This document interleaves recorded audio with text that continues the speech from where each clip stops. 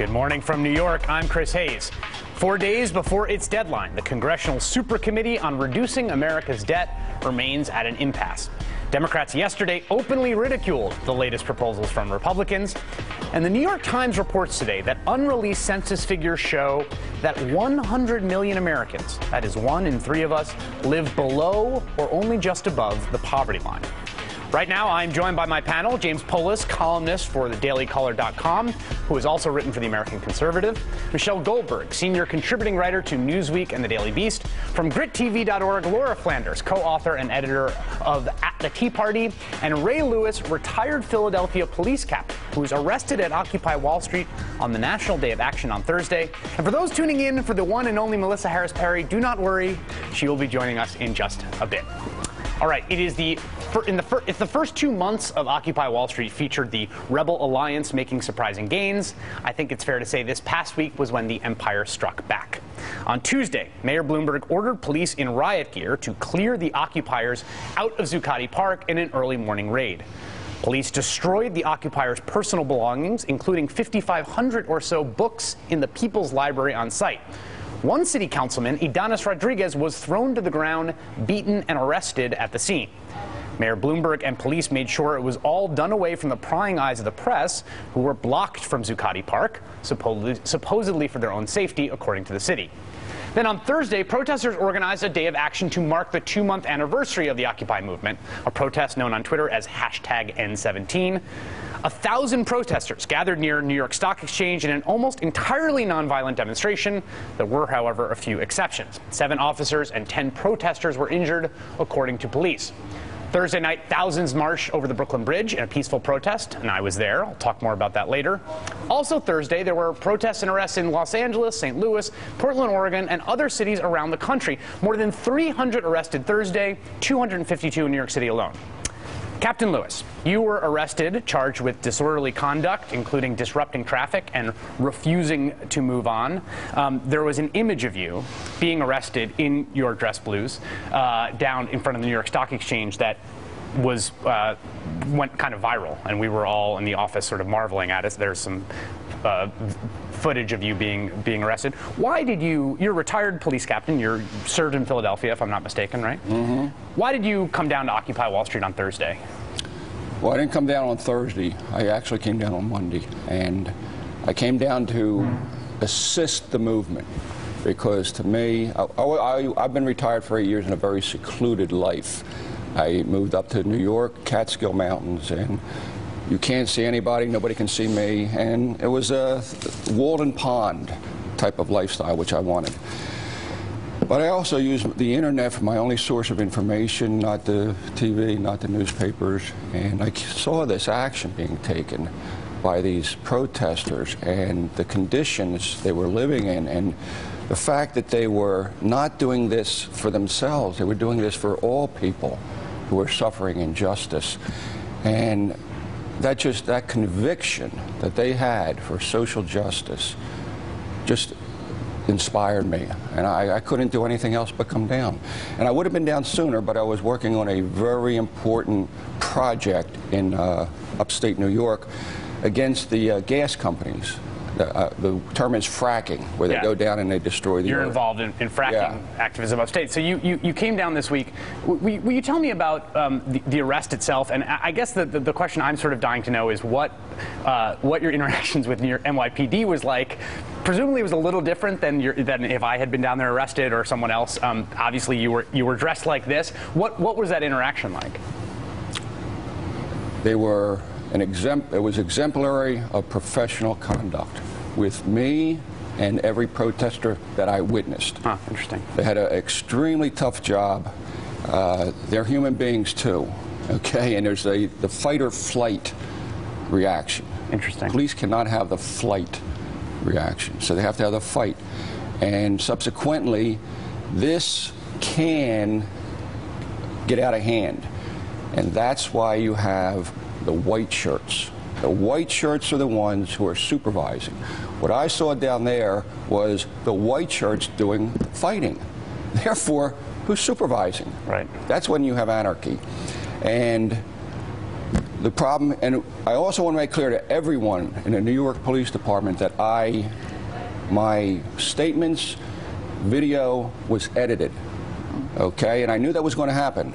And the one step I could take to try to minimize that from happening was to refuse any interviews with Fox News. And a Fox representative did come up to me. I saw the Fox. I said, "You stay away from me. You're a big part of the problem." But go ahead, continue. I'm a little wordy. If I get too wordy. No, you're not wordy. You're perfect. I mean, this is really fascinating stuff because I think all of us have been, I'll speak for myself, I've been watching this unfold. And, you know, in the beginning, I think I've been surprised by some of the police overreaction. And people on the internet have said, you're naive to be surprised by police overreaction. But I think there's part of me that feels that, A, I'm worried about confrontations with police becoming the sort of signpost for the movement as opposed to its content about the 99% message.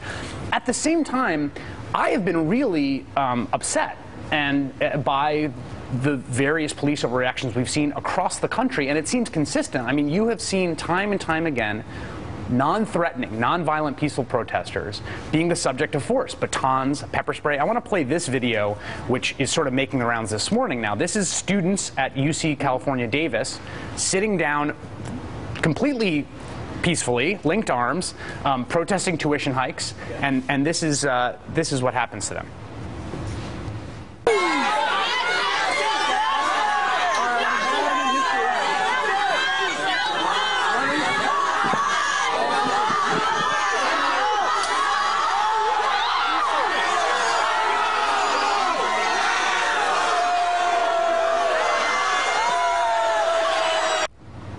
Person who emailed that to me this morning said it looked like someone spraying cockroaches. That was pepper spray.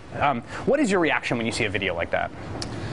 My reaction is corporate America is using their own police department as hired thugs, and that's a disgrace. And I also want to explain, I have to get a few things in here on my own. Please. I was holding a sign that said, NYPD, do not be Wall Street mercenaries. It was misinterpreted. Okay, what I found out, and they'll never see that sign again for this reason. I was trying to convey the message, do not become Wall Street mercenaries. But just that one word, do not be, instead of become, it was like I was alluding to the fact that they already are mercenaries. And that, I didn't realize that until I was told. And did you get a lot of backlash to that?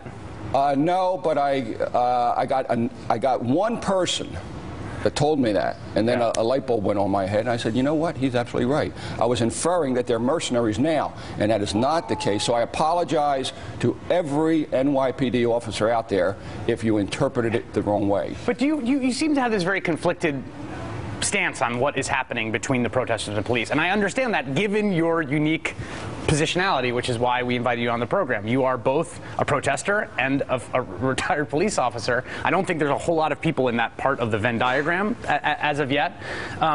In Wisconsin, when we saw in Wisconsin, when there was the move to destroy collective bargaining by Governor Scott Walker, we saw police standing in solidarity with protesters, and it was a very powerful image. And I don't think we're seeing a lot of that so far. I want you to go back to this psychology of fight or flight. Describe to me what is in your head as a police officer as you stand there facing people linked arms or sort of confronting you in a nonviolent way. What is the psychology of that moment like? Okay. You are being confronted oftentimes in a nonviolent way, but sometimes there's more violence coming from the demonstrators than you see. All right, and there's a tremendous amount of hostility being thrown your way, disparaging remarks against your mother, your parents, everything like that, being spit upon, and you have to just stand there and take a lot of that. We're all human, okay? Cops are just as human as everybody else. And some of them are going to lose their temper. Everybody has lost their temper.